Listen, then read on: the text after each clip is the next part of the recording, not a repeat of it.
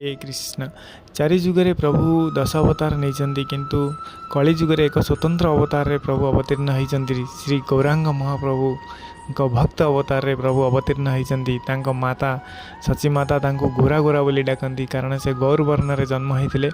दिने द्वापर जुगर कथा कृष्ण और बलराम दुई भाई मिसी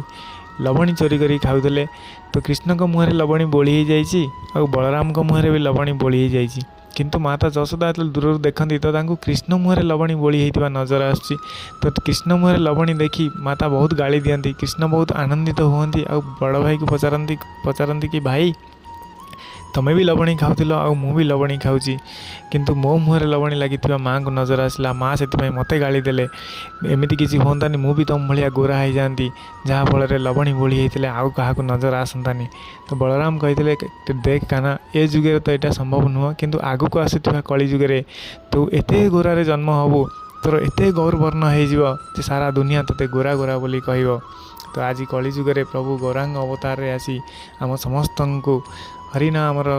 अमृतमय रस पियाई आमको भवसागर उद्धार करने प्रभु गौर अवतार रे भक्त अवतार रे प्रभु ये श्री चैतन्य महाप्रभु अवतार रे अवतीर्ण होते। जय श्री गौरांग महाप्रभु की जय।